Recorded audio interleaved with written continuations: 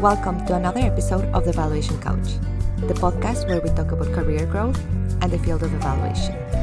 This is your host, Maria Montenegro. Hello. This March, I will be interviewing inspiring women that are leading evaluation businesses in a way that is challenging the status quo by centering people and caring for them. If you are a current or aspiring leader within an organization, you will be inspired by the initiatives that these women are leading. And if you're a job seeker, these conversations are going to show you what it looks like when an organization is aligned with their values. It will also increase your awareness of what types of workplaces are out there so that you can make informed decisions as you progress through your career. In this episode, I have the pleasure of having Nina Sabarre from Intention to Impact. And I'll get us started with asking Nina to introduce herself. So my name is Nina Sabarre. I use she, her pronouns. I am a Filipino-American daughter of immigrants, born and raised in the DC metro area, where times are certainly interesting, to say the least. I like to say that I thrive in the intersection of evaluation and entrepreneurship, and I coined the term evalpreneurship in my dissertation research on the topic. I'm also the founder and CEO of Intention to Impact. You can call us I2I for short. And we are a social impact consulting firm that works primarily with foundations, impact investors, and donor collaboratives to use data and strategy to accelerate impact, influence, and innovation. Thank you so much, Nina. And before we get started, I do want to acknowledge we are currently recording this in January 2025. There's a lot of things happening on your side of the world. How are you feeling? How are you coming into this space? Yes, it has been a relentless 3 weeks of 2025 so far. There's really a long road ahead. I've been doing my best to try to compartmentalize and just focus on what I can control in my personal world and bubble, while also trying to hold the tensions of grappling with everything going on externally in the world, especially in the US today. It's just been a really chaotic time, starting the year off with the fires in the LA area. And I have 4 team members in Southern California, so that's been really stressful. And then, of course, everything going on politically and with society. It feels like we're going through massive cultural shifts in the country that are really surprising and jolting, especially for many of us in the social impact space, and figuring out what is our role and how to continue doing values-aligned work towards a more just and equitable world when the conditions that we are working in have just gotten so much harder. So it's a lot of grappling with the external while focusing on the internal. And it's just been only 3 weeks. And it feels a lot to hold, but all things considered, I'm personally feeling healthy and clear-eyed in what we're doing at I2I. Thank you so much for sharing. And also thank you for taking the time to do this with me today when you're going through so much and there's so much going on in your world, in your country, so many implications to your business. I read your newsletter that you sent out today. I really enjoyed the trends analysis of what is happening in philanthropy in the United States related to diversity, equity, and inclusion, and how that is impacting the work that you do. One thing you just said around the alignment with your values reminded me of the first time I heard about I2I was at the American Evaluation Association conference a few years back. And you were in a panel, I believe it was about women entrepreneurship. And I clearly remember that you discussed how it was possible to have a business and be aligned with your values. And you talked a lot about how your values show up in the way that you run I2I. Can you share a little bit more about that and how those values are being perhaps challenged, or the role that your values are playing right now as you are navigating all of these changes? Absolutely. Yeah, I think values are such a critical part of not only how we practice evaluation and do our work with clients, but also how we show up internally for each other, for the team, how we've created a culture of inclusion, belonging, and growth. Values drive who we are externally, who we are internally, and show up in our policies and practices, how we care for one another. We really believe in our internal responsibility and strategy in terms of how we care for and cultivate our team just as much as who we are and how we show up for our clients. The work itself wouldn't exist without our strong team. And so our leadership team takes that really seriously in how we think about our operations and our culture. That looks like being thoughtful about our compensation and benefits, really investing time and resources on fostering that inclusive generative culture. And really, we like to say that we're creating a place where everyone should feel free to be their whole selves at work while not feeling like they have to give their whole selves to work. So everything we do is thinking about that, is how can we create a place where people can be themselves and grow as individual people and as a collective, while also balancing that this is just work and there's so much more to life than work. And so those are just some things that we think about when shaping how we build our business. I love hearing that. And I have seen what you are describing in some of the content that you have shared in LinkedIn. I can see that alignment. One of the recent posts you shared about your performance review process and the detail you provided and the transparency you provided really spoke to me in terms of being thoughtful about compensation and about how you value people within your team. I'm wondering if you've had any experiences previous to I that inspired you to run your business in this way. Yeah, it's a great question. There is a moment early in my career that has really stuck with me. More than 10 years ago, I was working as an analyst for a research company of about 30 people. And the company was going through a transition, and they had just laid off like 5 to 6 people, which is pretty significant in a team of 30, including my boss. My own manager was laid off. And so, of course, as just an analyst at the time, I didn't have any visibility into decision making. It was just really shocking and sad, even scary.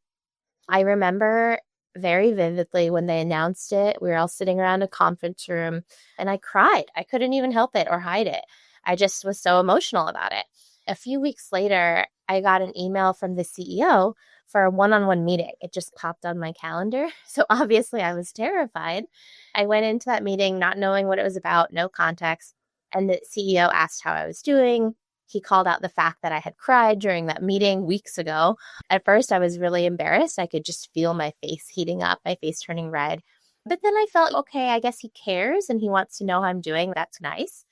But then he went on to explain that he thinks that I have leadership potential, but leaders really shouldn't cry at work.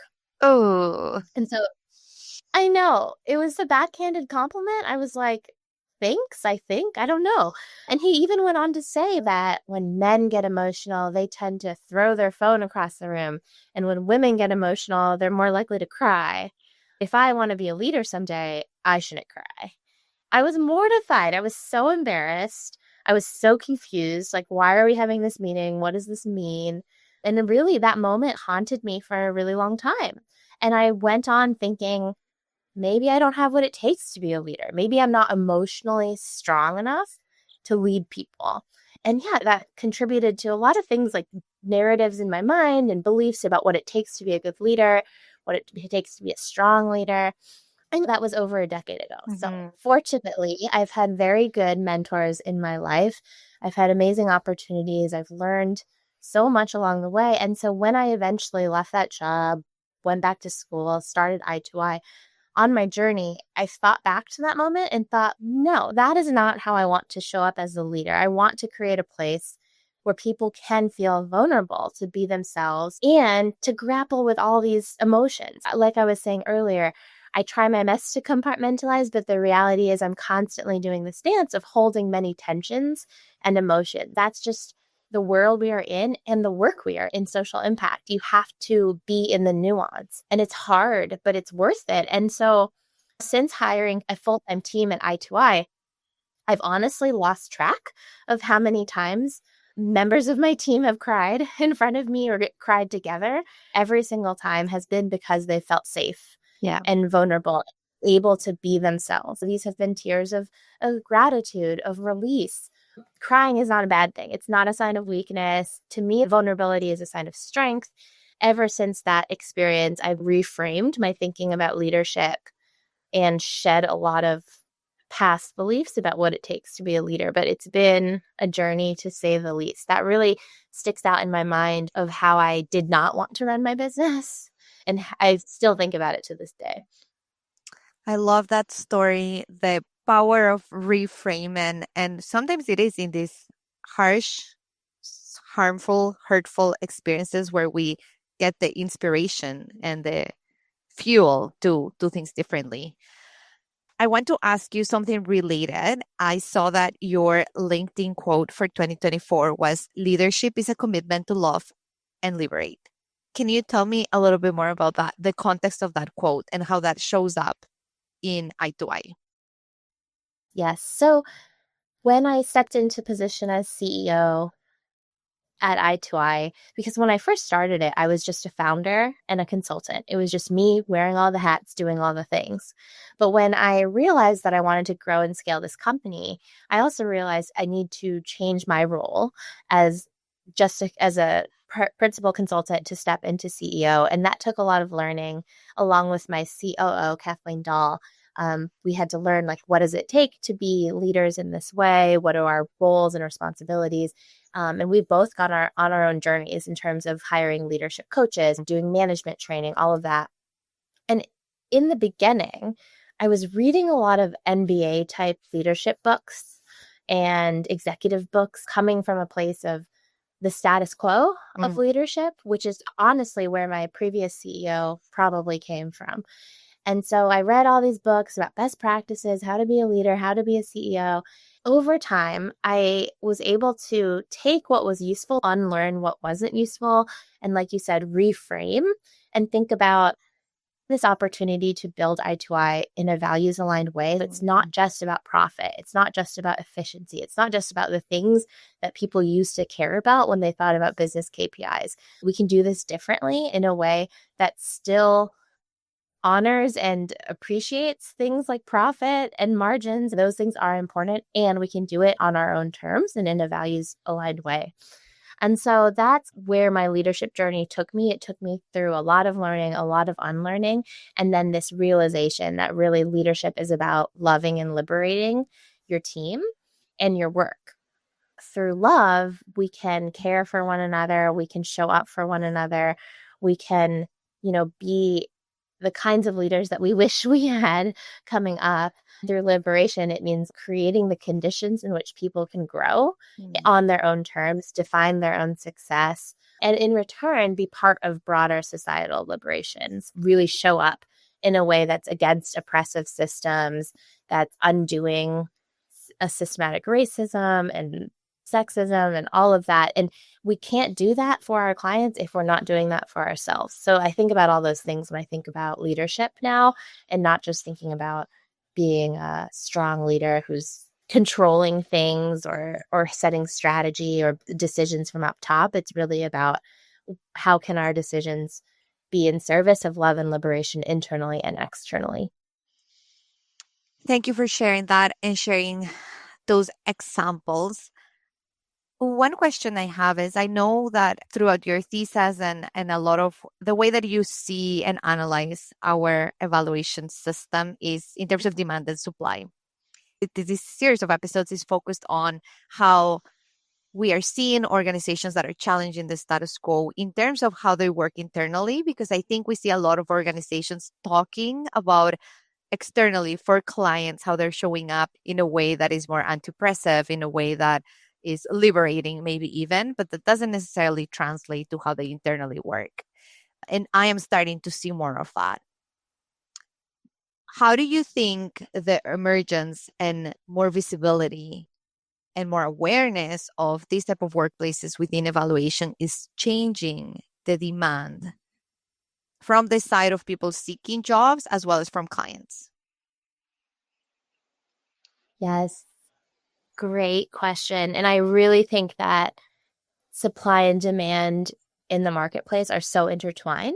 I love the way you framed that question and how decisions by businesses to change the way we're thinking about our practices internally can create demand for other evaluators in the marketplace and therefore clients and what they're looking for. I think that's all super related. That's a lot of what I researched in my dissertation, how it's all intertwined and the responsibility of evaluation business owners to take that on and set those standards. Back to your question around how do I see it changing? There are a lot more small evaluation businesses in the sector today, which I think is really exciting. I find that in the past, there were a lot more independent consultants, solo shops, people just doing this work on their own, moonlighting. A lot of evaluation practice stemmed out of academia. A lot of academics would be moonlighting, independent consulting on the side, or there are these larger firms and people would leave those firms and go off on their own. But what I've seen more recently is this emergence of small businesses like Intention to Impact, like others that you're featuring on this podcast, who are building something from scratch and changing the marketplace in both supply and demand.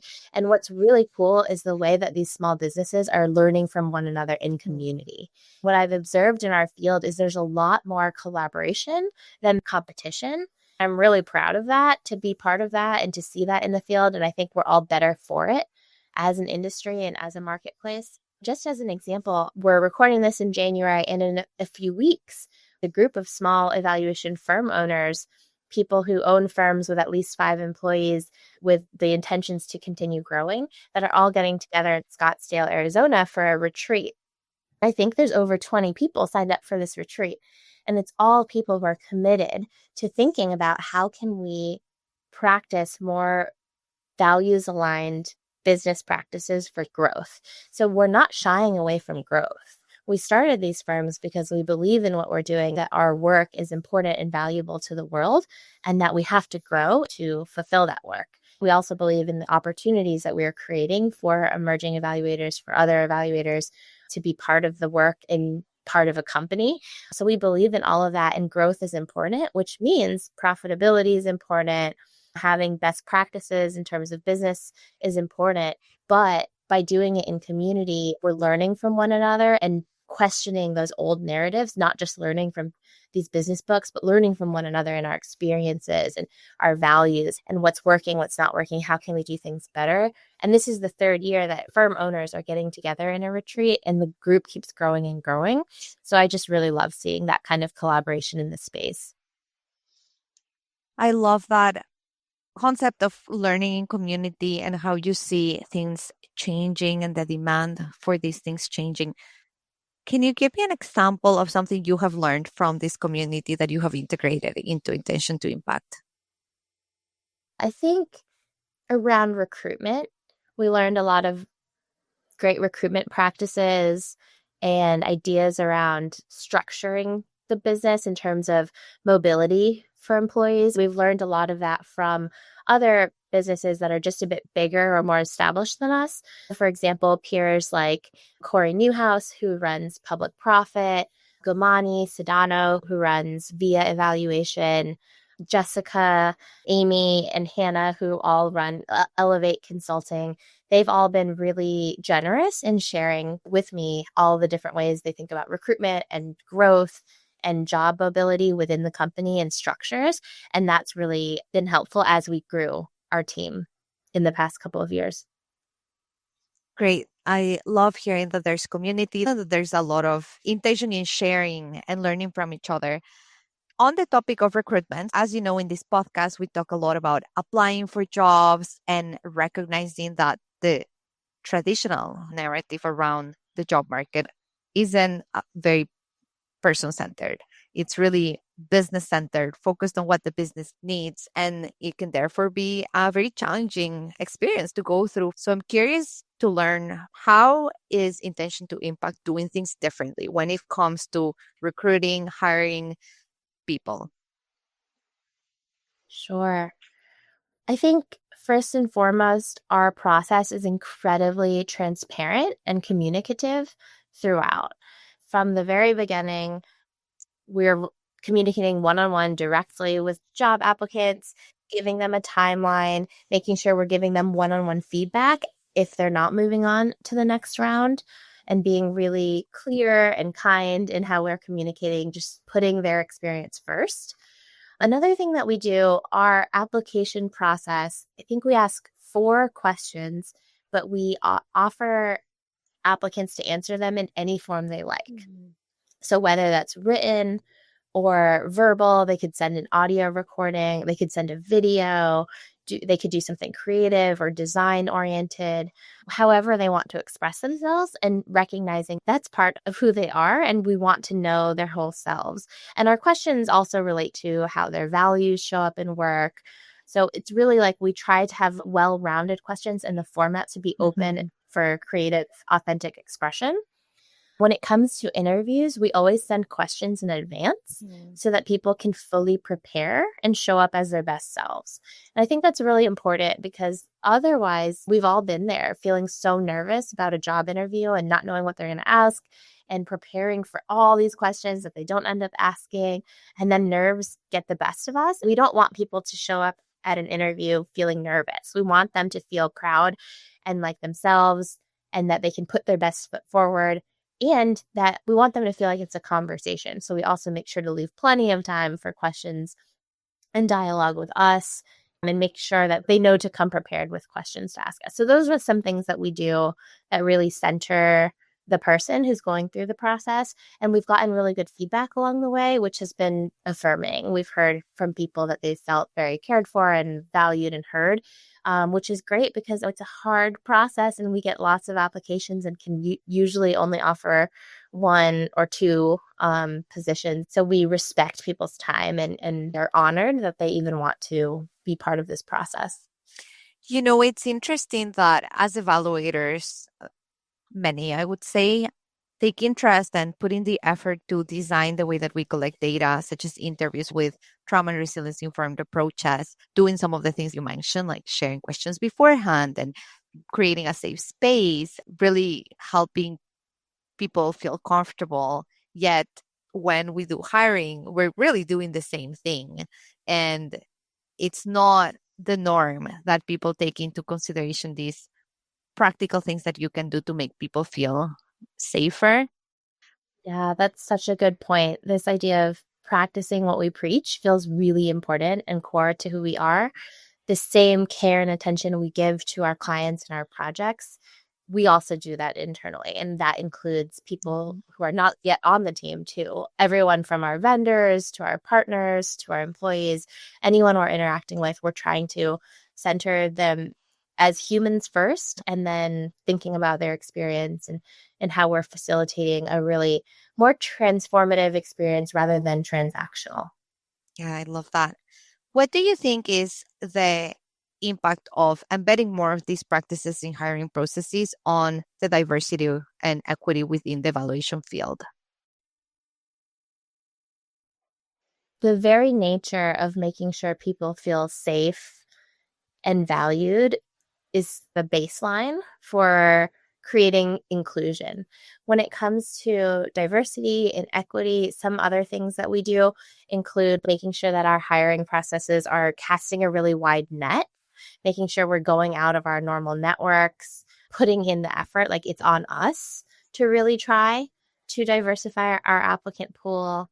So there's other things that we're think about when it comes to diversity, equity, and inclusion with hiring. And I think going back to your question about impact, I would like to think that it's creating conditions for all evaluators, no matter your background or where you live, to have that opportunity to apply for these jobs. And knowing that our field is relatively small, there's not a lot of these jobs, I think it's creating more interest from a diverse pool of people who otherwise might not think they belong in these positions. One question I have is you mentioned you have a few folks in California, and then I'm assuming you work mostly remote. How does building that sense of belonging and community within your organization work in a remote setting? Yes, we are a fully distributed team. So I have team members across Pacific time, Mountain time, Eastern time, and we also work with independent contractors all over the country as well. And so creating processes and practices to make virtual remote work feel seamless, frictionless, and generative is really important to us. Some things that we build in time to get to know one another, to build in like socializing even virtually. For example, every Monday we have a team roundup where we start by just how was your weekend and learning about each other's lives, creating that space to share whatever's on people's minds as much or as little as they want. And before we get into the work itself, we use Slack for communications, and we have a million Slack channels for many purposes. For example, we have one channel that's called Furry Things and Babies. It's all pictures of people's pets and kids and family life. That, and then we have another channel that's like Oversharing Photo Dump is the name. And it's again just where people can share whatever they want. We have channels where people share memes and inspiration. We really just have curated spaces for people to have conversations that are not work related. We encourage and celebrate it. We have a Woot channel in our Slack where it's all about celebrating. So celebrating little, small to big wins. And then we build in time for reflective practice. At the beginning of every project, we do a before action review. Sometimes in the middle, we'll do a mid-action review. Always at the end, we'll do an after-action review to just realign on the experience, not even the work itself, but the process. How did the project work? What did we learn from it? And then also we do monthly team mind melds. So on our team, we're all working on different projects and different groups of people. Sometimes you're not getting the benefit of those after-action reviews from each project debrief. During monthly mind melds, we pick a topic or a project and create cross-project learning and opportunity for sharing so that we're really not just working in the silos of our project work, but can build upon one another's capacity. And then as much as possible, opportunities for team building. We do have opportunities to be in person together. We have a team retreat every year. We have conferences. And when we get together, we make it fun. We have things like food tours and games and activities and just a lot of breaking bread together to really create that sense of community and belonging and make sure that people know one another outside of the workplace. That's really important to us. All those things we do make a difference in building community, even remotely. That sounds like a lot of fun and like a great workplace to be in.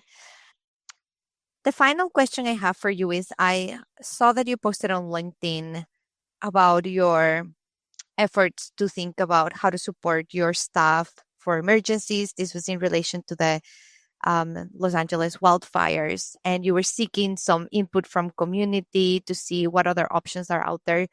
Where are you at with that? What's that looking like for intention to impact in the future?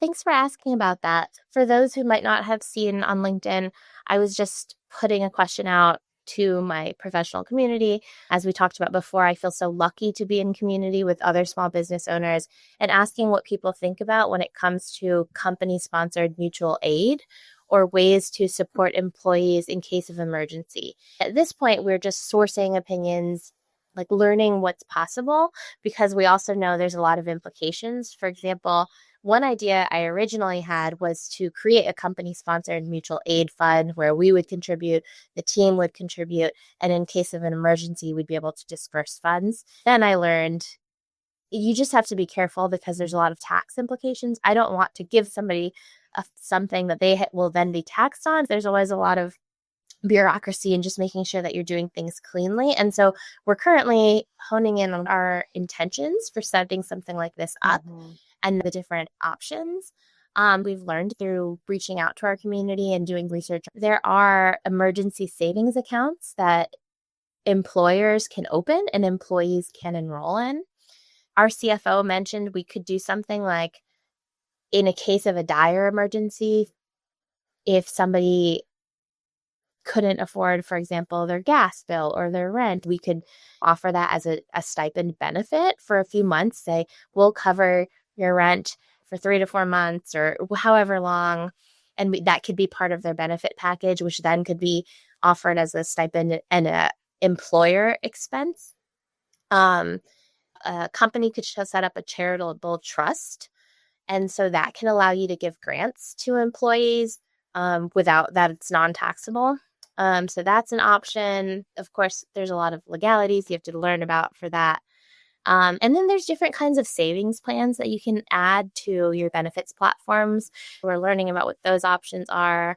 Some folks on my LinkedIn commented with other organizations that organize different kinds of emergency relief programs. So there's definitely a lot out there. Some other things that people are doing are just giving people emergency time off. And so in case of natural disasters, you can't plan for that. And you shouldn't have to use your PTO for that. And so just making sure you have the bandwidth to give people that time off, which as a business owner means making sure you have capacity so that if somebody suddenly needed to take 2 weeks off, your team isn't underwater, the rest of your team isn't underwater to make up for it.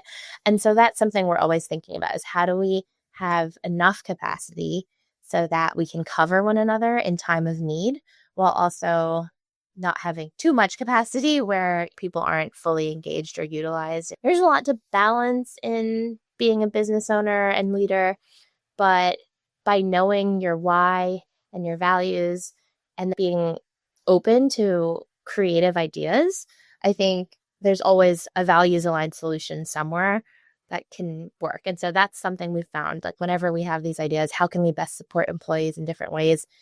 First, going to our communities, understanding what other people are doing, checking in on our intentions, our compliance, legalities of it all, and then choosing the best values aligned decision has worked really well for us. Hearing you discuss all of the potential options and the drawbacks and considerations, I can totally tell how it requires a lot of balance. It's great that you're looking into this, that you're thinking into this for job seekers. I think in the future, that's something we're going to have to consider as well. It's not only about your salary and it's not only about your retirement savings plans and benefits. It's also going to be, we're going to have to think about climate change. It's happening already. I was very interested in seeing your post, and I look forward to hearing how businesses like yours start responding to this need from that lens of supporting the people that are the reason why their business is what it is. To wrap things up, I'm curious if you have any advice for people that are applying for jobs in evaluation, keeping in mind that there's a lot of companies out there that haven't adopted all of these things, that are still following the recommendations of those MBA textbooks and working in the way that things have worked for decades. What would be your advice? For one, during interviews, not being afraid to ask these questions about how companies care for their employees, their leadership philosophy.